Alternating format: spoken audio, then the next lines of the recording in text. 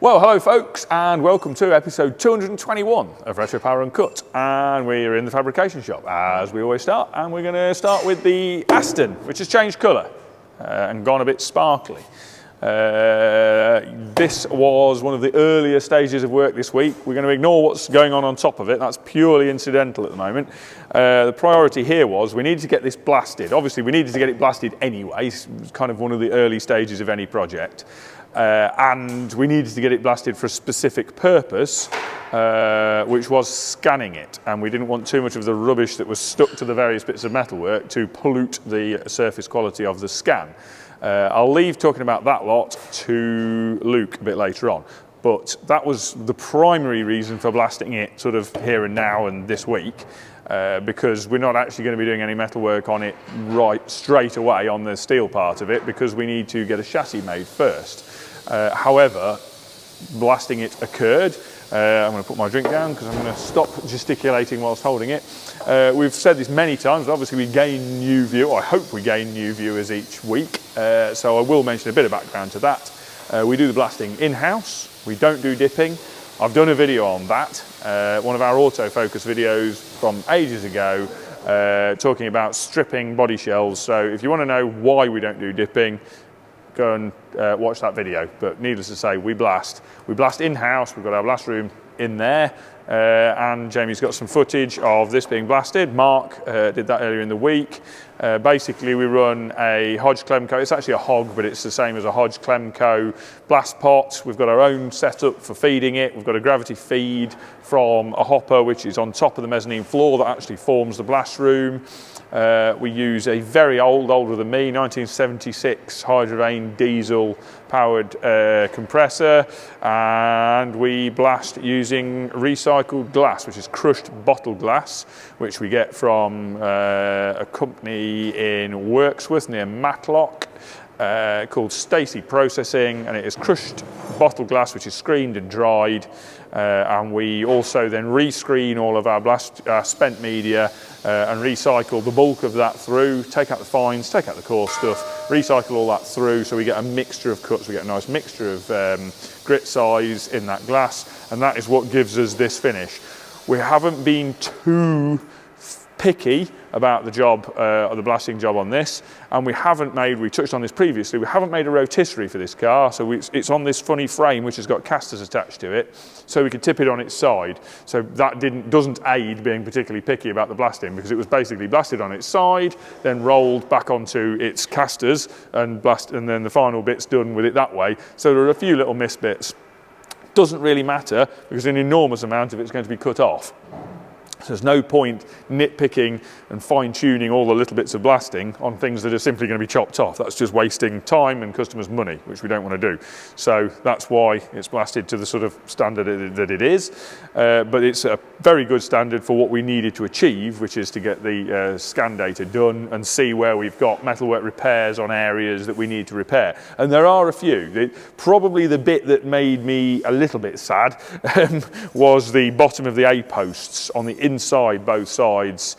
That's not the most straightforward bit to repair. It's a slightly complicated shape and a bit fiddly, and we do need that bit, and we need that bit to be the original shape because it has all the original aluminium panel work to go around it. Again, for new viewers, this is a 1969, I believe, Aston DBS twin headlight model, which was the straight six engine car originally, and we are keeping the vast bulk of the original aluminium bodywork, and actually the original panels in many cases have been written. Matt's been reworking them. They're going back on the car, a lot of them. There's modification to the front balance, a lot of modification to the rear valance, but other than that, basically all the original shape, which is quite nice for a change, because obviously we change shapes with quite a lot of the cars around here. This one's not changing shape. We actually quite like the original shape. So does the customer, so we're on the same page on that one. But we do need to rebuild various parts of the upper structure. Principally, we'll be keeping the apertures, the rear window aperture, front window aperture, the side apertures, because it's not really a door, it's a door and quarter window in one, because it's pillarless. We're keeping the A pillar main structure, the B pillar pillar structures, although they'll need repairing quite heavily, so will these. Keeping those, keep the windscreen aperture and the scuttle, and possibly some of the bulkhead, and we will be keeping the type of structure around this upper part of the engine bay for the wing mountings, although below that all of that will go and be completely refabricated. And we will be keeping the original front end. In the background, ASR Motor Body Engineering, as I could try and get the name right, at Irchester near Wellingborough, are working on various bits of the aluminium for us, including the front panel, which I think they've done, and a couple of other bits, door skins, which I need to give them some measurements for, and a couple of other things. I think I'm going to get them to make a new, they have the jigs and fixtures necessary to make this whole nose section. As you can see, this has been butchered in the past following some crash damage. Somebody has just completely butchered that area, hacked it apart with a plasma cutter and a grinder, and then not really put it back together. And it's had some willy-nilly messy repairs on it. So to be honest, by the time we've repaired all that, I think it would actually be a lot neater to just get that replaced. So I'm going to speak to ASR about that front end, because I think what we might do is just get a complete new front end for that. Obviously, we're going to keep this area. We're going to build a new chassis to sit under it. And then if we've got a nice new front end to put onto that chassis, it gives us a nice sort of basis to work from. So I think that's the plan there. That's where we're at on the Aston. So next, I'm going to walk over here and point at stuff around where Bobby is working. Bobby is basically having his patience seriously tested. He is doing a task that I wouldn't relish trying to do myself, to be honest, which is the door hinges. The door hinges we talked about last week, ongoing. And he's pretty much got this resolved now, but it has been a pretty serious test of patience. As I alluded last week, the Saab door hinge arrangement is not the most intuitive. It's a pretty strange arrangement, and it doesn't lend itself to easy working out of geometry. Basically, it's not very easy to just draw up the geometry, because the way the hinges work is very odd. I'm not going to try and explain in greater detail. It's just strange. They're not like normal hinges. You'd have a pin that would go all the way through both hinges. Both of the hinges are mounted in the same plane. If you need to move that plane, you move it forward, backward, out, in. You know exactly where your pivot point is, dead easy. Not that simple with this. It is just a ridiculous arrangement. However, he's deciphered all that, worked out how it all works, and the long and short is he's now got a new position for the door hinge mountings, which are these holes here on this jig that he's made mounted to the pillar, and they are the positions we need to mount the hinges in. He has also modified the Saab hinges and moved the pivot points on them so that we're now pivoting the door slightly further forward, which means that the door comes outwards slightly further from the body when it's open to give us a little bit more clearance on the new reprofiled bodywork. He's gauged that, as you saw last week, using 3D printed sections, which I think are attached to that door there. So he's used the 3D printed sections, which Luke has printed for him, so that he knows exactly where the outer body surface is sitting, in theory, and then that means that he knows what clearance he's going to need around that. To say that, it sounds not simple at all, but believe me, in practice, it's been far, far less simple than that even sounds, in that he's had to fit and unfit the door probably about 50 times so far this week, which isn't that easy, hence it hanging from the gantry. He's also had to modify the bottom of the door, cut that off, and refabricate various bits of the bottom of the door to clear the sill, which we had to do anyway. And all of this lot is temporary. And that leads on to the really complicated bit, in that we need to build a new A-pillar here, where all this metal is. And this metal is what is defining the point where the hinges pivot. But we've now got to remove this. So obviously we then lose those datum points. And that's where it gets really technical, in that he's now got to build a second set of jigs to pick up on those datum points out of the way of where this is, so he can build the pillar and get the datum points in the right places. He couldn't do that before because there was a door in the way. So he had to build the jig here because here was a door. Now that's got to go. He's got to build a jig here where the door was to enable that to go. We can't leave the door there because that'll be in the way for building the pillar. Basically, it's an absolute swine. We've questioned ourselves a couple of times on this one, trying to think of other possible solutions to this that don't involve hair loss. Fortunately, Bobby hasn't really got any hair. He's cut it all off, so he doesn't pull it out. That's probably just as well, because if he did, he would have pulled it out and he'd have big patches missing. So yes, he has made a start on the fabrication. We mentioned this last time. He's now about to start on some far more serious fabrication that I can see lying in the back of the car. And to quote Bobby's words earlier, I think this one will be a mock-up. And I would say that's a wise choice of words. The minute on this sort of job where you say, yeah, that's the final piece, that's when it'll become a mock-up and go in the scrap. So he's wisely aiming to do a mock-up of this new sheet metal. Basically, he's making the rear face of the new A-pillar. Which is a very complicated piece of metal shaping to do all of the things it has to do. It has to pick up the new sealing surface, which isn't the same position as the original seal surface. It has to pick up both the hinge positions, and it has to feed into the rest of the A-pillar structure, and it has to look quite nice, and it has to mount into the sill. And it has to mate up with the already quite organically shaped piece at the bottom of the windscreen pillar. So it's quite a fiddly piece of metalwork, and Bobby, by his own admission, is not really a sheet metal worker. However, he's proving to us that he really is quite a good sheet metal worker. So he's doing very well. But that is probably one of the most difficult pieces of metalwork stroke engineering on a body shell that we've actually done to date. It is really quite fiddly. We knew it was going to be difficult, and it hasn't disappointed. So that's what's going on Wasabi. We are moving forward, but it is being extremely challenging. Once these door posts are done, actually, and I can say this with reasonable confidence, that there's a lot of other difficult bits of fabrication, but they are going to be the most difficult two pieces on this whole car. Once they're done, actually, it'll be slightly easier. Not easier, but slightly easier. So that's where we're at on Wasabi. It's exciting times, but moving forward and things are progressing nicely. Ah, there's a buzz. There's a Buzz coming through shot. Buzz has just been out. Buzz the dog has just been out for a wee and has just come back through, so he's coming in to say hello. Yeah, moving on from that, we come on to the E-Type. I'm going to put my coffee down again so I can wave around with my hands. Matt has been busy on lots and lots and lots of detail work on the E-Type. So I'll try and give a rough flavour of events here. We're finalising all of the bits that go in the boot. One of the things that needs to go in the boot is the battery. And we had a plan for where to put the battery, and we've changed that plan because it didn't actually work out quite how we'd hoped. We were going to put the battery in this corner. We were aware that the shape of that corner would move the battery mounting up quite high. However, we'd underestimated just how high, and it actually became quite space inefficient in the boot to mount the battery in that position. So we've changed plan and we've moved where the battery's going, and it's now going down there. And to that end, Matt has made a pocket in the boot floor reinforcement sections using a combination of epoxy bonding and welding, because remember that none of these boot floor sections are welded to the outer structure because we don't want to put shrink spots into the outer structure. So they're all epoxy bonded in using a panel bonding compound. So Matt has welded that structure into the reinforcers, but then bonded it into the actual boot floor. He's then put mountings in for a battery clamp, which he's made. He's made the battery clamp, got the battery in there, and that all works really nicely.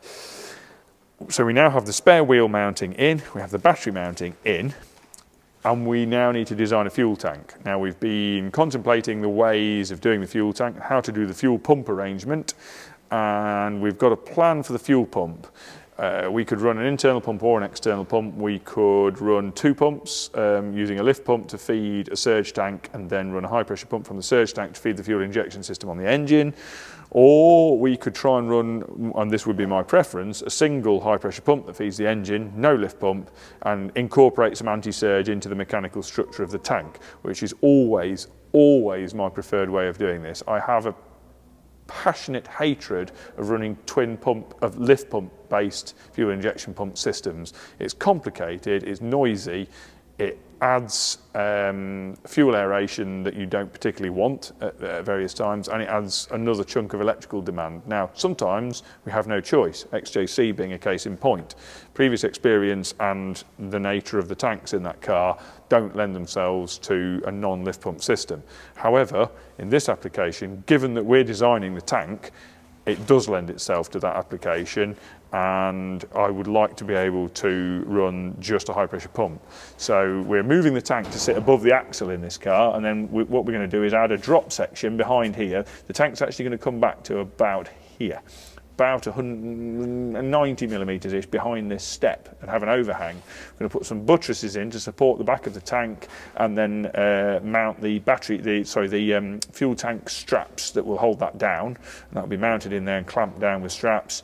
And then actually just offset, we'll have a spare wheel here, battery there, and then in the gap, there's going to be a gap in the corner. We're going to put a drop well in the bottom of the tank that hangs down behind this step, and then in the top of the tank, we're going to put a fuel pump hanger, which will bolt into a flange in the top of the tank. The high pressure pump will then hang down on that hanger and sit with its base, with its foot filter in that recess. Then that recess will have an aperture into the tank just big enough to get the pump and the foot filter through, but the actual recess will be, the actual pot, the surge tank will be bigger than that, and effectively you basically fabricate the tank with a full base in it, then you cut a hole in that base big enough for the pump to drop through, and then you weld the pot, the surge tank, over it. So effectively you've got a nice baffle on that, and the fuel can't get out of that recess. The main tank will be foam filled, and then that recess will not be foam filled, but will have a little baffle on the top. So it's pretty good from an anti-surge point of view. You keep a little reserve of fuel that's always gravity fed right at the bottom of the tank that the pump can draw from, and it means you don't need a separate surge tank or anything. It's a really nice way of doing it, really neat way of doing it. It's just packaging. We've not got a lot of space in here. So that's what we've been working out this morning. And because of that evolution of where the battery's mounting and the exact detail of the fuel tank and the exact detail of the spare wheel, because the owner would like a full-size spare wheel in this car, because of all that, it inhibits a lot of boot space. They were never a big boot to start with on these, and that's certainly no exception here. We've actually made the space smaller by changing the metalwork of the rear end. So what we're actually now doing is altering these side sections to gain some luggage space into the corners. What we'll do, the rear part of the boot area is going to be foam and carpet lined, and what we'll do is into that foam, we'll do 2 layers of foam in those corners, and we'll put an aluminium shield in the middle of that foam, so that the external surface of the car can't be damaged by any bags or things being thrown into there, but that you do gain that space in the sides for luggage, and that the boot is full depth. We're going to dispense with the idea of having a board, like a load board, part way down the height of the boot, because that effectively wastes space. We're going to individually have a carpet cover that goes over the spare wheel, and a built-in section that covers the battery, and then the rest of the boot space will be open for squashy bags, etc. And then the sides, we're putting new profiles into here, and Matt's done a really nice job of that. He's just journeyed this section up here. That section there is going to flow all the way around the back, pick up on the boot latch as it goes around, and then come into this side, and then that shape will be mirrored that side as well. And then we're also going to put some radius gussets into the bottom corners behind the wheel arch tubs that tie into the boot floor reinforcers as well. So it'll all be quite a nice flowing shape in there, and all that can be trimmed, and it should look really, really very nice, and all just nicely laid out. Just a pretty shape for the internal structure, which will also transmit the forces it needs to transmit, reinforce the rear end a little bit, and give us maximum luggage space within the constraints available, which are quite tight. So that's largely what Matt's been working on, is just fathoming out and sorting out all of the boot area structures. The other side to what Matt's been working on is this. This is the doors. Here and just over there are the 2 door frames. Now, why, you ask, do we only have door frames with no outer bit on? The reason for that is, rewinding a little bit, earlier on in the project, the car's owner and various other people had asked whether we were going to reskin the doors. And I said that the door skins looked in extremely good condition. There was no visible corrosion at all around any of the edges, and the door skins were very good. And I'm aware that the available door skins for Series 2 and Series 3 E-Type are not very good, being blunt. We have had experience with them before, and they need quite a lot of work to make them the right shape. They basically either dish in or bow out in the middle, and there's quite a lot of work to get that right. So I was very reluctant to unnecessarily change the door skins when all the edges look really good.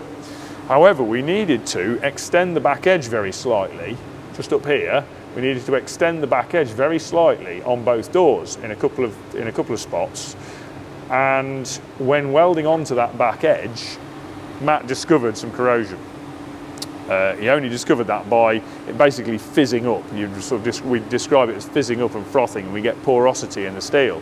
And it showed that it was extremely thin. Despite looking perfect on the back and perfect on the outside, it was extremely thin. So Matt made the call correctly. Said to me, I think we're going to have to take the skins off these and have a look at least. So we did, and his call was exactly right. There was corrosion all the way around the edge. Despite it looking perfect from the outside, the seam was perfectly tight. They normally start to expand slightly if there's any corrosion in there. No expansion at all anywhere on these edges. It was an American car, US car, dry state car, no expansion on any of the edges, but actually once we took that skin off there was corrosion all the way around. Very much the right call to make, so thank you Matt on that one. The downside is we've now got to fit these door skins that don't fit very well, so Matt's done a little bit of rework on them and trial fitted them to the door frames. Now we've stripped, blasted and epoxy primed, anti-corrosion epoxy primed the frames and the backs of the skins. Matt's done a fair bit of work trying to get the skin as good as he can, but there's a limit to what you can do because the door skin will change shape a little bit. It'll change profile slightly when you clinch the edges around. So they're currently turned to 90 degrees. When we fully turn them 180 degrees, it does tend to roll the edges of the door a little bit, particularly if the door skin is a pressing, which it is, and it's not been handmade, it's not been wheeled, it's pressed. So there's some residual tension in that, which has changed when you clinch the edges around. And normally that wouldn't be such a problem because you would go inside the door and use a hammer and dolly and you could stretch the material, you can push the material around and you can move high and low spots around, and that's not a problem. However, it's a ruddy great problem on these doors because they have these massive anti-intrusion bars in them, which mean we can't get to any of that part of the door skin. And the owner specifically, and probably rightly in fairness, would quite like to keep the anti-intrusion bars. That was one of his questions because they're not a particularly crash-safe car, and he has had a fairly major side impact accident while on tour in a previous classic car, and is fairly keen to keep what little crash protection the E-Type offers. And I do understand that. You know, you're pretty prone in an E-Type, so I understand wanting to keep these, albeit rather heavy bars. So we've got the joy of trying to get the skins right. So Matt's done all that he can to get those skins exactly right before we put them on. And that's basically a case of trying to predict the change in shape when you clinch the door skin on and leave the skin the other way by just the right amount so that when you clinch it on, it goes straight effectively. So that line is almost dead straight along the door skin, front to back, on an E-Type door. At the moment, it's very slightly away from straight, it's very slightly dished. And the theory is that when we clinch that on, that'll just pull that very slight dish out and it should be flat. Wish us luck, because that's pretty much where that sits now. I'm going to swing by this little bit, which is the job I was having a look at earlier in the week. Last week we mentioned these brass door frames for the Churchill two-door Mark II Jaguar project. So I'm just going to pull this off here so I can show you. We've got that to the stage I can get it to at the moment. Let's get that out of the way. So that comes off there. And that is the door. That is the window frame. I had a bit of a mishap, so it's become a mock-up trial one. In that it cracked. Strangely, not when I initially formed it round, but trialing it on the car. It's a bit of an organic process. The window aperture actually changes shape through its depth a little bit. So what is exactly geometrically correct to a scan of the window frame at the back of its recess isn't necessarily what looks pleasing to the eye about 3/4 of an inch outboard of the back of the recess, where the outer face of the frame is actually going to sit when it's shut onto its rubber. So I had to adjust my metal, this is a piece of 6mm plate that uses a format. I had to adjust it a bit and slightly flatten off the profile in this area. In doing that, I then had to reshape this bit of brass frame here, and it split when I reshaped it. Strangely, it didn't split going all the way bending from straight round there, but it did when I took it back about 3mm. Strange, but there we go, it did. I possibly didn't warm it up enough, I don't know. So I've got some more brass which has now arrived, so I need to now do the final ones because we've got this right.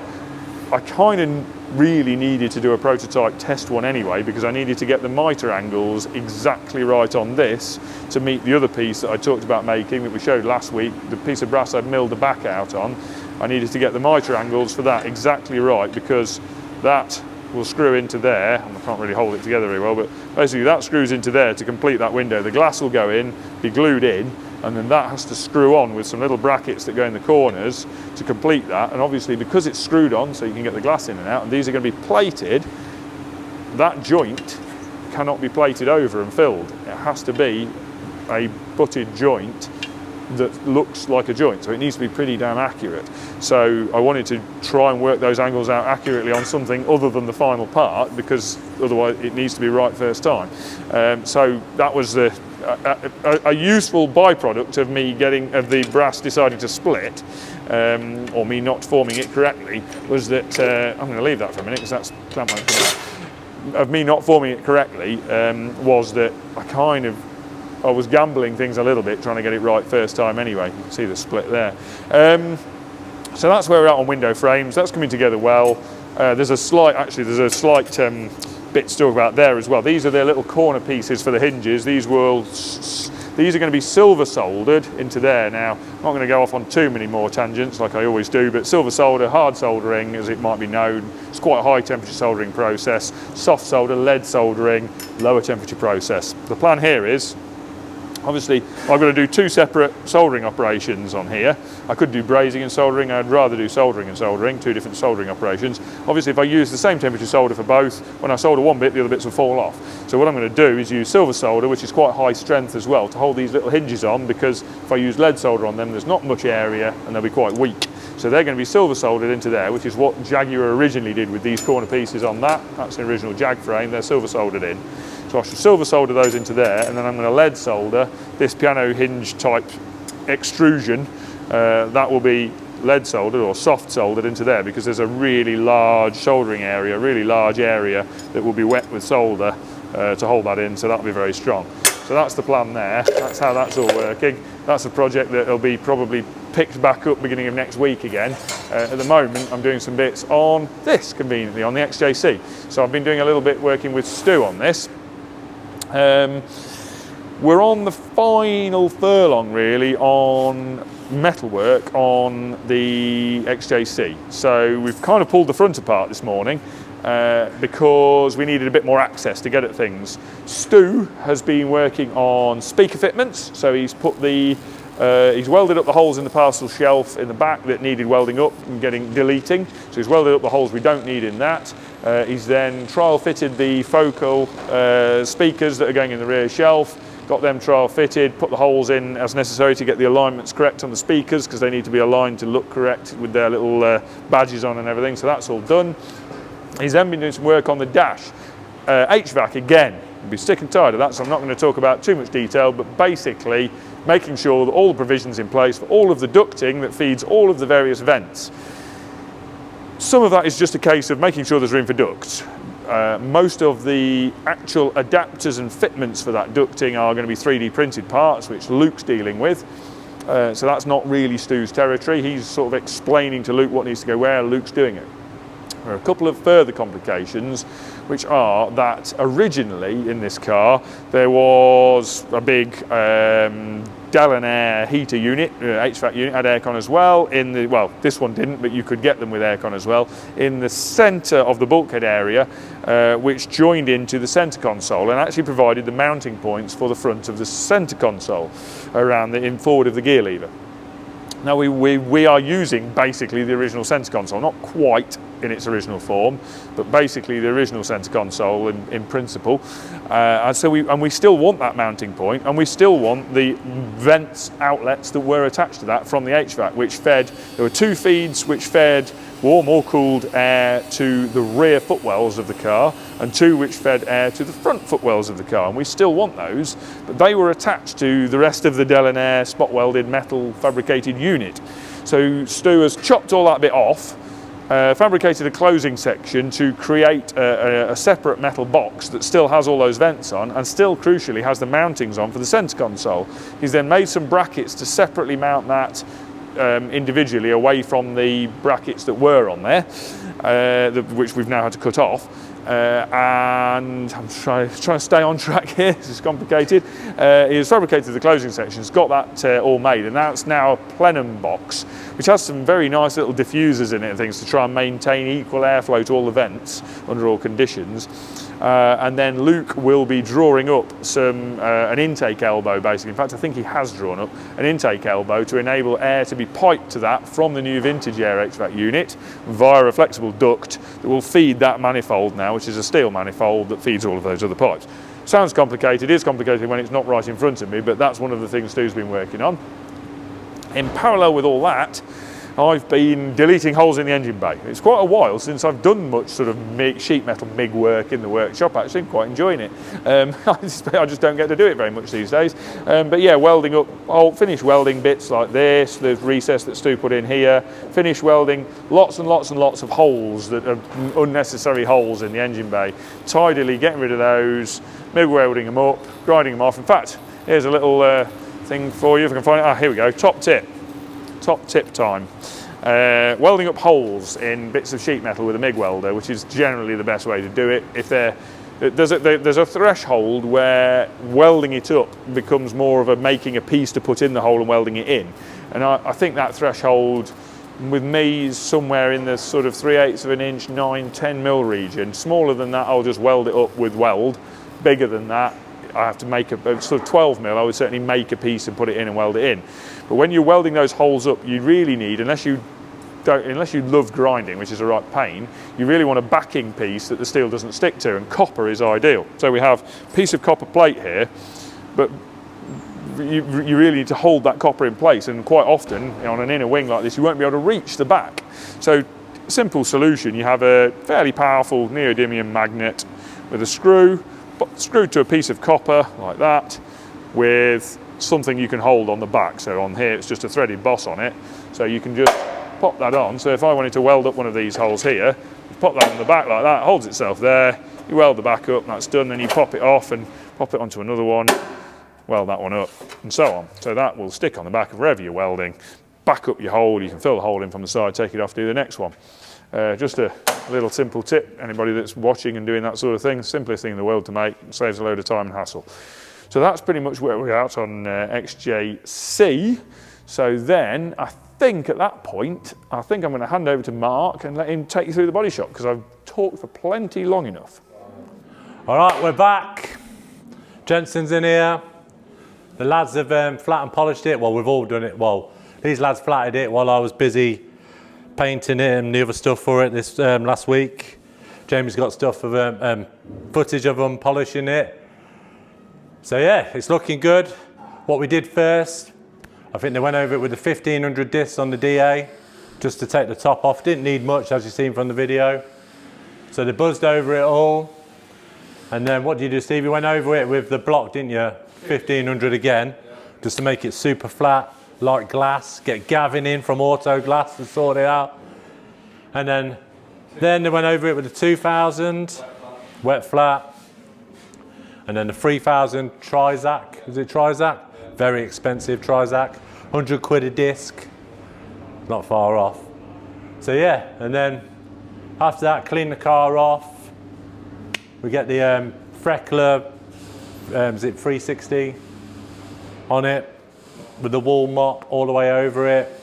And that's it, just keep going till it's shiny. You'll get like the odd little flattening marks. You just keep going, it'll buff up really nice, and then this is what you get after it. Also, it's Steve's birthday this week, everybody. What are you, 65? 34. 34, what a young buck. Life hasn't even begun yet. So yeah, so soldering on with this all week. Just waiting for the hinges to come back for the doors. They're over there polished. They've been sent off, well, waiting to be sent off for Xylan. So hopefully we get all that back. Then a big order form of catches and stuff so we can shut them properly. We've rested the bonnet in at the minute on its rubber. Very heavy, but we risked it. Just put it so it don't get damaged. Here's Gary now also. Whatever he's saved alive. No, come here Gary, come on. Without these two, without all of us, It's not just the fancy paint on top, hours of prep. The arm ache, the tears of when stuff ain't right, trying to get it laser straight. Don't happen overnight, guys. You might watch this for like 40 minutes, but it's a lot longer than 40 minutes. That's only if Nat's talking. Yeah, if Nat's talking, yeah. This will be in paint in 5 minutes. Yeah, right. He ain't painted in his life. And I didn't say it then, I almost did. So yeah, that's it all this week. Not making it. I'll see you next week. Thank you very much for that, Mark. And I think it's over to the assembly shop now, and hand over to Cal and let him take you through there. I don't think it will. Thank you very much, Nat. And we're going to start with the second of the two Allegros we're building at the minute, which now has its engine in. I think we showed a little montage of that heading into its final resting place last week, but now all fully bolted into place, gearbox on. I think I'm actually second guessing myself now. I think the shafts are on as well. Exhaust manifolds on, heat shields on, kind of all getting towards the point of being at the same stage the other car's at. And then in terms of the interior, we've been cracking on with the continuation of the dash. So I think last week we showed the 3D printed sections of the dash being made and being clamped into place on the metal frame. That's all gone nicely. On this car, that's now bolted into place to allow the next step. And this is one of the parts that we hadn't kind of designed as part of the whole interior dash package in CAD, because we wanted to leave some parts to be manually made afterwards. I sort of touched on this a little bit last week, but sometimes when there's a few variables involved, it's best not to literally design everything from the models, just in case there's any discrepancies and you end up having to remake parts. So what we've done is we've clamped all of the 3D printed sections that form the upper dash onto the frame, we've got that in, and then we have all of the lower dash modelled, but the bracketry that's going to support that lower dash and mount it to the upper dash, we left that as a part we would make afterwards, and basically so we could manually align it and then bracket it into place on the upper dash.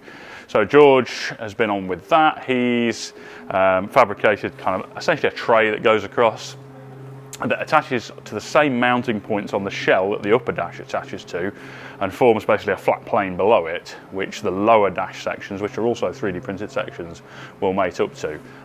So I think one of those is now in place on this car. We should be getting the central lower section of dash, so the middle of the lower part is kind of a trapezium shape, I suppose, which is being 3D printed as a subcontract print in one piece.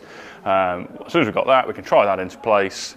If that's all good, we can do all the final welds on that bracketry, and then once we've got all of that in place, we can look at the right hand and left hand lower dash sections and just checking, basically rechecking the CAD. What we'll probably do is scan everything in place and recheck it on the CAD, make sure all those bits fit, then we can pull the trigger on 3D printing those bits and start getting it all together. And then it's going to be heading in the direction of Richard, who will be leathering all of that dash. All the sections, upper dash is essentially going to be one kind of sub-assembly, if you like, which will be leathered. It's got seam allowances on there, and then the central lower part will be leathered as another sort of sub-assembly. So yeah, very, very excited to see it coming together. And actually, there's a little bit of a hint of that in the rear of the car at the minute, because Richard has been on with laying out some of the interior parts on this and starting to apply some leather on some places. And actually, this might be an opportune moment to hand over to Richard, and he can talk about what he's been up to. How's it, everybody? Good to be back. You guys haven't seen me this year, so Happy New Year and all those nice things, but we're back in the swing of things. You haven't seen me because I was, as Mark would put it, in Area 51, right? So I've been busy with those things, but for the last couple of days I've been back on the Allegros, back on the parcel shelf. It's all coming together, little bits and pieces, so it's now fitting it in. And after all of that, we still need to send this away, so you guys will see hopefully some shots of it all in final fit. Then we'll just send that away for some coating, come back, and then we put them in, and then that's it, and then the window and everything is in. But just a quick back of now, I've had to shape these with Foamex boards. I've trimmed them in the white vinyl. They fit beautifully, they work with the rubber. I've made this little back piece, only a tiny little bit. That's going to get bonded in there, so you'll have this nice swoop of roof lining, all nice flowing lines. That's going to look nice. But all of that will go in after we put the window in, because Carl pointed out, if I put this in now, and the way that we put a window in with the rope will probably damage this. So this is all going to come out, window in, and then all of this back in, and then our famous, nicely, probably the best Allegro parcel shelf will finally go in, and we can brag about it properly. So yeah, for now I'm just getting all we're prepping it as much as we can, because we're not going to let this hold us back. So I'm just putting in, putting out. I'm at the stage now where I just want to, this is just 4 bolts, M4s. So what I'm going to do is I'm going to put that on, put it in, and see that this pulls in neatly, and then I'll tag and bag all these, tape them to the parts, and when everything's ready, it should just be a quick screws in, bolts in, put it in, and then off we go. So fingers crossed that's going to work. There's some other exciting stuff I'm sure you guys would have seen on the dens, but that's in the future, so we'll talk about that later. I'll see you next week. Thank you very much, Richard. And I'll have a little bit of a wander over this way. Project Kuma, the second of the 2 Mark 1 Escort kind of pairs that we were doing. We have been on with the bonnet and boot lid. Now they've kind of been sitting on there over the last probably a couple of months now, awaiting me and Adam finding some time to drop onto that, which we finally did this week. So we've got onto the bonding process. So we had these bonnets, we designed and made these bonnets as custom pieces, and they were done as an inner and an outer, primarily so that the B surface, i.e. the underside of those panels, was an A surface, if that makes any sense at all. So when you open the bonnet or the boot, the underside of the bonnet and boot is actually the A surface of a carbon panel, and the intention then was to leave those as visible weave, and they will have a matte lacquer applied over them. But obviously that means we've got to bond them into place. Now actually, if you rewind quite a long way, you might be wondering why we're doing that now after the rest of the car's painted. If we rewind a long way, when we were doing the shells on these, by the time we got the shell to the point where we could actually have, know the exact final size of the bonnet aperture and pull the trigger on having the carbon made, the wait time was such that we couldn't realistically get the panels here before the car was painted. Now we could have waited longer, but at the time we decided to go ahead with painting the shell first and ordering the carbon panels, and then taking the risk basically of working on the car as a painted car when we came to bonding them. Now we knew they were going to be a good fit because the pattern bonnet and the pattern boot lid we used for the moulds for the outer were used during all the mock-up of the metalwork, so we knew that they would be a good fit, but there's still a little bit of risk involved. So yes, I took on the high jeopardy job of doing that bonding work. So essentially it's trimming all of the inner to get the fit right on there, latching that into place, making sure we're happy with the fit of that, getting the outer to the point that could be hooked over and into position, sanding all the edges, making sure we're happy with the gap along the scuttle, the gap along the wings, getting the curvature correct, because obviously with the inner and the outer, they're quite flexible, but as soon as you bond them together with the epoxy bonding stuff we use, which actually I might as well show you because there's some sitting here.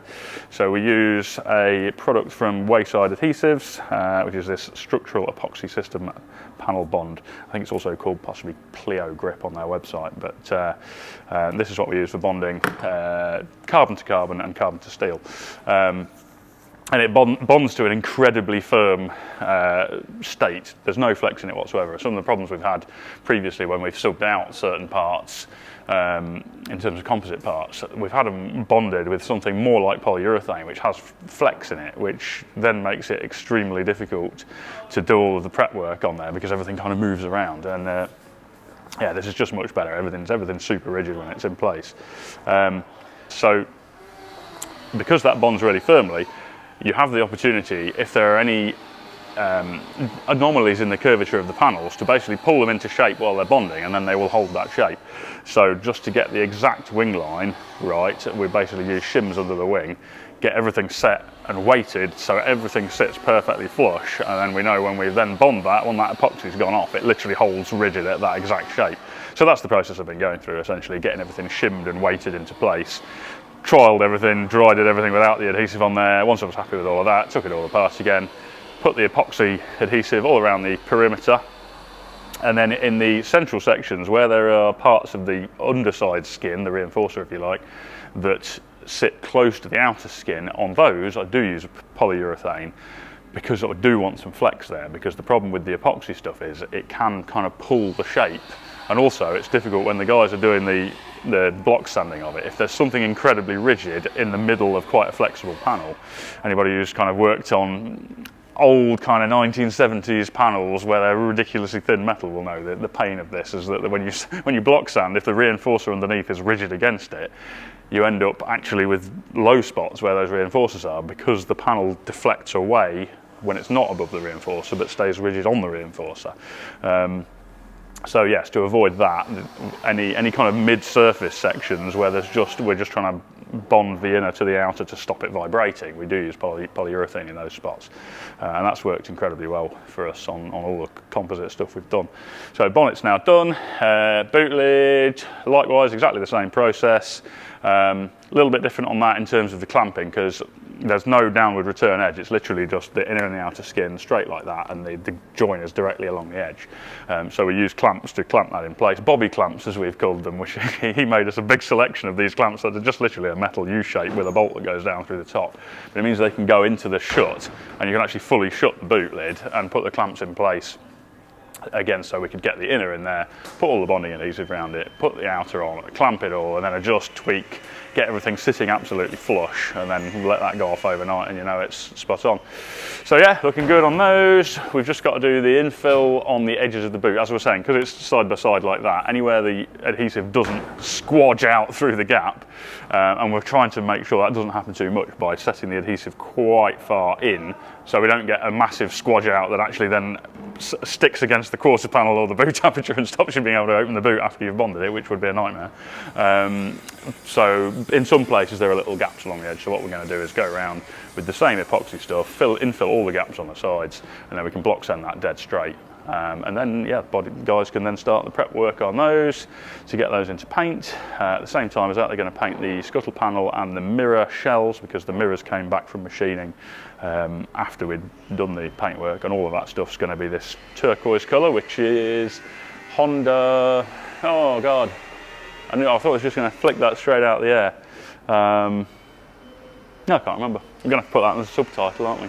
It's like a colour from like the CRX days. Okay, so that's where we're at on that. So very, very close to completion. Just going to get the instrument binnacle in, stick the throttle bodies back on, and a few little tweaks, but we're about there on that. Just coming around to this one, this Allegro, which is, as I say, more or less the same state that one's at. In fact, I might come around this side. Wiring, I'm using my visual cues down here in the car. So Alex is carrying on with the wiring. He's now got all of the main wiring harness laid out, loosely bunched into the car, checked all the lengths, checked the fit of everything. Then he's removed it from the car, sleeved it all, back in the car again to check everything once it's sleeved, check all the bends and angles and everything look right on that, and then that's come out now to go into essentially final termination at this point. What I might just cover on that is a few details in terms of electronics and wiring that I probably don't talk enough about. So one of the things Alex is doing, beavering away behind the scenes, is documentation, and that's something we're trying to be really hot on, is raising the standard of documenting everything for future reference, not only for when we're doing another car, but also obviously for future reference when working on the same car. So when he's designing the wiring systems for the car, he actually goes through and creates a data sheet for every single component, whether that's a new component that we've made, whether it's an existing component, an OEM part, you know, from things like the cooling fans on it, the fuel injectors, the sensors on the HVAC system, whatever it might be. We create a data sheet which then has the part number for that component, it has a photograph of that component for reference, it has the connector detail, so the part number for the mating connector that goes into it, the pin information, so what the wiring information is for each pin on that connector, any information essentially that we need for either building the wiring loom we're working on now or for future reference further down the line, which is great because it builds up this massive library of information that we can call on. So when we're building another car, we can think, okay, yeah, that component we used previously would be perfect on this, pull the data sheet up, we've got all the information there. And then actually the harness diagrams as well. So he's using a software called Rapid Harness to do the harness design, which not only has the visual schematic of what the loom looks like, but obviously all of the information. So the wire colours, the wire gauge, i.e. the thickness of the wire. Then also all the connectors are on there, the part numbers for the connectors, the pin information on the connectors. And again, that's not only just useful to be working in that sort of organised fashion, but it's very useful down the line. We upload all that information onto Global Workshop, such that customers further down the line, or us further down the line, or anybody working on the car further down the line can simply scan the code that's in the handbook for the car, and it brings up all of the file downloads, so basically a library of file downloads that are available, which include all of that information, all the data sheets, all of the wiring schematics, also the calibrations that we've done for the PDMs and for the ECU. On that subject, since I'm talking about wiring on these are running ECU Master power distribution modules. We're running two 16-channel ones on each car. I mean, we've talked about this quite a bit over time, but I mean, we've kind of moved on to using PDMs for all our electrical systems, so we've kind of ditched your traditional fuse and relay boxes completely, just because they make such a neat job of the wiring. The flexibility of programming everything is incredible.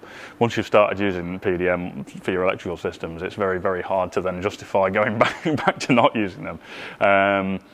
Now, the ECU Master stuff is absolutely top notch. The PDMs so far, we've tried a lot of different PDM manufacturers, and I have to say, I don't think we've found anyone that is quite as good as an all-round package. We've used a lot of Motec stuff in the past, but their PDMs particularly are a little bit outdated now, and they don't offer some of the things that are very useful. So, for instance, pulse width modulation. Somebody will probably correct me on this, but to my knowledge, that's not possible on a Motec PDM. But that is very useful for doing speed control. It's also quite good for doing brightness control on LEDs. So yeah, that's a very useful feature. The regulated outputs as well, which is something that's lacking on some PDMs. So you've got a regulated 5 volt and a regulated 12 volt output, which means you can feed that out to your analog switch gear, whether that be a manual switch on the dash, the key switch, whatever it might be, and then the signal back into the ECU again, which allows you to do multiplexing really well. And that is where you program the PDM to say, if it's receiving this particular voltage on this channel, it will do X. If it's receiving this voltage, it will do Y. If it's receiving this voltage, it will do Z. And that is almost not possible, or it's very difficult to do well if there's no regulated output, because the voltage varies that much from the alternator that you have to set your margins very wide, which makes it much less accurate. And that's a really useful feature, because if you're running out of available inputs, something that only has one position or the other, so let's say a headlight switch, where it is either on off side lights or headlights, and it's never both of those things, you can program that all onto one input, and it means you can basically expand the number of inputs that you're accepting by multiplexing each one. Now, as it is, we're using twin PDMs on these, so we've got 32 outputs and 32 analog inputs.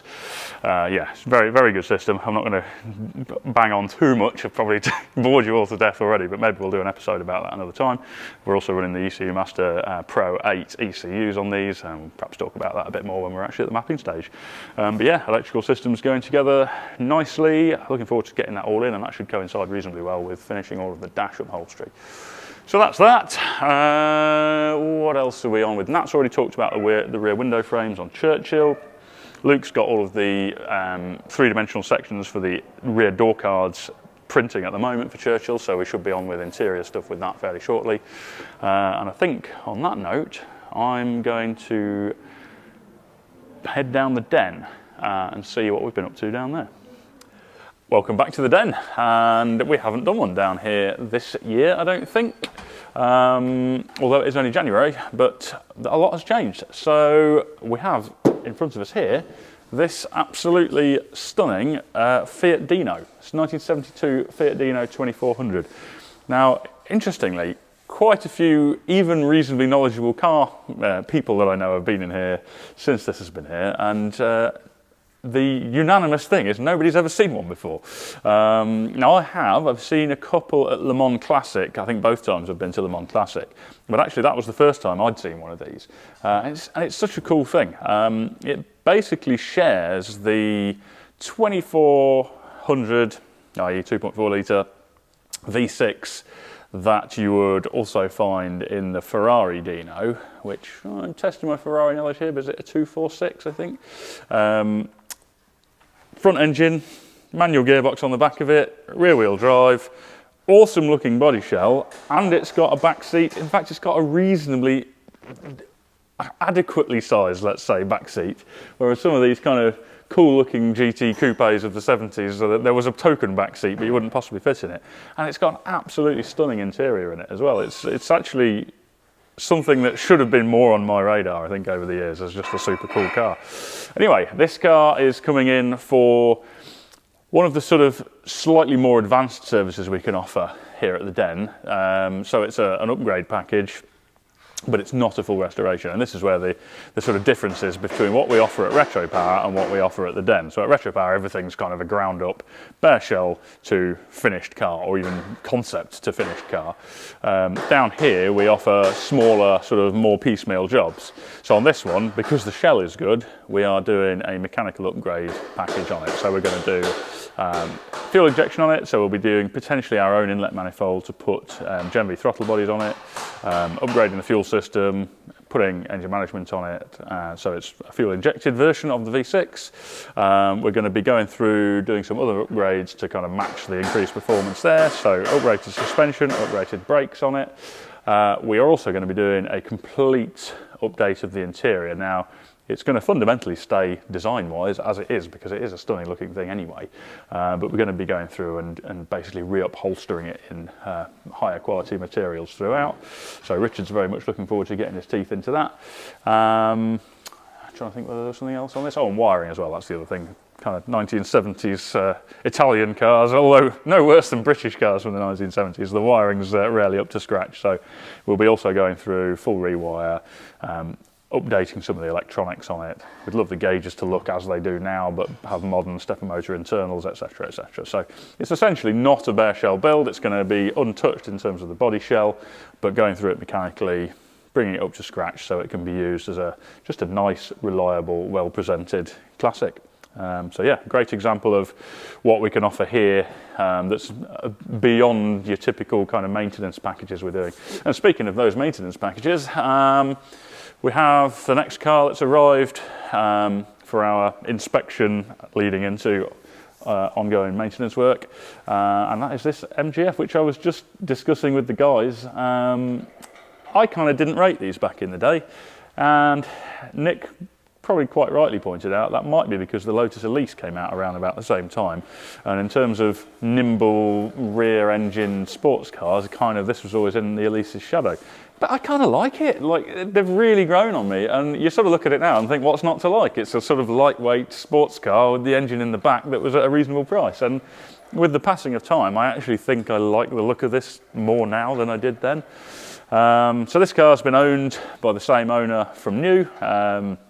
It's been kept outside all its life on the streets of London, been a little bit neglected, and he was saying the time has come to give it the love that it deserves. So we've gone through, done our full inspection on it, presented the report to the customer, which includes a list of recommendations of work that we could do on the car with different options, you know, sort of the more expensive, money, no expense spared sort of options, and then the sort of some other sensible suggestions of work, sort of compromises on not going to town too crazy with it. But yeah, quite a lot to do on this. Rear subframe's coming out to refurbish the subframe. We've got some leaks to look at on the engine and gearbox. Yeah, quite a lot to get stuck into. So we'll cover that over the coming weeks. But yeah, it's nice just to have a really prime example of what we do down here, which is a car that a lot of people wouldn't necessarily consider putting a huge amount of work into, owned by someone who loves it and just wants it done right, and that's what we're going to do. And then over here, the F-type, which we've seen on and off over the past couple of months, that is now rear subframe back in, having had all of the refurbishment work done on that. Powder coated subframe, all the aluminium castings bead blasted and protected with clear Cerakote, all the fasteners blasted, zinc nickel plated, and then Xylan coated over the top of that. Basically trying to just get the whole rear subframe and all the mechanical assembly at the back there up to scratch in terms of corrosion resistance. So that's all back together. I think we've got the exhaust to go back on that, and then that'll be ready for some road testing. And then the 124, we have now completed the mechanical inspection on that, and that's thrown up a variety of items on that. So we're going through doing the brakes. I think, is it discs and pads all round on this, isn't it? Yeah, so discs and pads all round, fairly standard stuff. It's got a bit of an idle issue, which the owner knew about. He mentioned that when he brought it, which I think is either going to be a manifold air leak or the mass airflow sensor. So we're just going to check the manifold for leaks, if that's okay. We'll replace the MAF sensor, and I would imagine that will sort it out. And what were the other bits we were doing on this? Because I've completely forgotten. Exhaust. Yeah. We're changing the cam cover. Ah, yes. Yeah. Yeah, so cam cover, new gasket because it's weeping a bit, and it's kind of got really bad corrosion on it, and the paint's not great, so I think we're going to strip that. Are we repainting that one, or are we going to replace the cam cover? Yeah, okay, so we're going to get a replacement better cam cover and do that. And I should give a shout out to the chap I've completely forgotten. Who's the... Who? Ollie at... Prestige Car Service. It's smooth as. Ollie at Prestige Car Service, who has helped us out with the parts for this. So yeah, looking forward to getting this tip-top mechanically. The door that got damaged, which you saw, I think, before Christmas, has been up at Retropower. I don't know if Nat already mentioned that or not, but Matt's been basically metalworking that, ready for the guys to paint that. So that'll get that tip-top. And then Richard has completed all of the interior work that he was doing. He was holding fire on me just completing a couple of jobs before all that interior goes back in. So if you just follow me upstairs, I shall show you what I was doing on that. So there's a few little custom touches going on inside. You obviously saw previously what were wood strips along the dash and doors. They were all upholstered in that same houndstooth cloth that we've used on the seats. Customer also wanted the centre console wood to be refinished in black, a matte black basically. So we've used a black base with a matte lacquer over it, which is super tough and just gives a really nice kind of classy finish to it. And then one of the things which I spotted as soon as the car came in, because it had just freshly had an air ride conversion done, and the airlift performance controller was on the passenger seat. And I said to him, it would be nice to put that somewhere a bit more in keeping. And he said, yeah, I thought the same. And we said, well, what about putting it in the ashtray? So something I've been working on was this ashtray, which now has the airlift performance controller in it. So we did a little 3D print mount for it, which we might have shown actually previously. Had to be a little bit clever on the installation, because this whole unit bolts in with bolts at the back, such that you have to be able to take the ashtray insert out to get to those bolts. So we needed to be able to take this controller out. So we basically designed and 3D printed a little insert that slots into a tab on this side and then bolts into two additional 3D printed parts with threaded inserts bonded into them at the back here. So you can unbolt those two bolts and actually slide this out so it can be installed, and then this goes in afterwards. But yeah, just a nice, neat little touch on the dash. So that can be hidden away, and that will be the last bit. So it'd be really cool to see all that come together. All these kind of fascia panels, the airlift controller, the billets around on the gear shifter, the knob, and get the seats in. And obviously we're waiting on fitting the door cards after the door has been repaired and painted. So yeah, that is what's going on down here. I think that's probably covered everything. I'm guessing this is a pretty long episode now, so I shall hand back now to the CAD Den, because I realised I'd missed that earlier on, and see what George and Luke have been up to. Hi guys, welcome to the CAD suite for another update for what we've been on with. So this week, primarily I've been focusing on E-type mirrors. The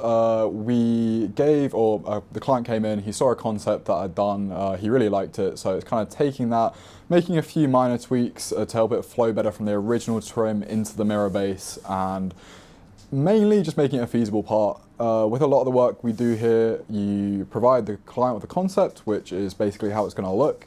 maybe 3D print that concept if they're going to come in so we can show them it. And then once they're happy with that, we put in the work to make it a feasible part, all the nuts and bolts required to put it together. On this particularly, the rotation, because obviously you don't want a floppy mirror, equally you don't want a mirror that you can't fold. It's got to house an indicator in it, got to house a sensor in it for when the automatic doors open. And then after that, same car, Project Geneva, moving on to the rear tail lights, exactly the same as the mirrors. We did the concept on it, 3D printed, put it on the car, client came in, client came in, he loved it. So going through the process, as you can see on the screen behind me, of making that a feasible part, which I'll send Jamie some renders for as well. Then other than that, just a lot of small bits as per usual, XJC pipe work, HVAC pipe work, getting the ducts, all of that sorted. The fan housing for that as well is done. We decided to split the Vintage Air HVAC unit into two, so the main unit and then the fan housing. And so then we had to make a custom fan housing to house that, obviously, because it's called a fan housing, which sits on the other side of the car.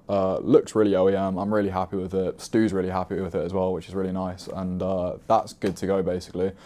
And then, yeah, just, again, loads of little bits. Saab door checkers, for example. Bobby's working on that. And yeah, that's pretty much it, to be honest. Thanks, guys. Okay. Hello. Welcome back to the CAD suite, as Luke said. So this week I've been doing a smattering of different things. Primarily E-Type.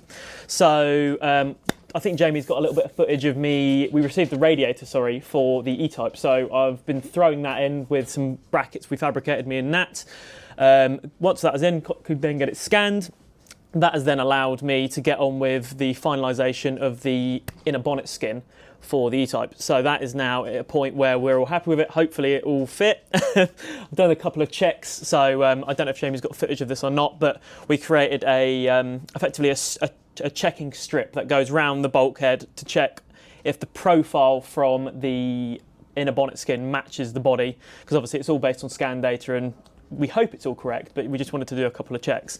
There's not a lot else we can check with that, so we've done all the checks we can do, and it's going to be a case of pulling the trigger and hoping that it fits, which we'll see in a couple of weeks, because, yeah, Chaos will be making that one, so we'll update you when we kind of get some more progress on it. And then I've done a little bit on the Aston Martin chassis, so that's kind of at a point now where we're waiting for the scan data, which Luke has been doing. Well, Luke scanned it earlier this week, so we'll be cleaning that early next week, and then hopefully getting all that assembled together, so then I can get on with some chassis stuff and then Luke can get on with interior work. And then I've also been on other little bits and bobs. I won't go into detail because some of it's Redux based and some of it's future project based. But yeah, quite a busy week for all of us. Yeah, thank you for watching. Thank you very much, Luke and George. And now this really has become a behemoth of an episode, so we shall call it a day at that. If you didn't already catch it, we did an interview for our new podcast series with Ollie Clark from Roger Clark Motorsport, which went out last Thursday. Well worth watching. Local business to us. Cars, the Gobstopper series of time attack cars they've built are just absolutely next level, and the achievements they've done with that. And if you hadn't also seen it, we've put another episode up previously, which was an interview with Richard from Bad Obsession Motorsport. So also check that one out. And in terms of these episodes, we shall see you again next week.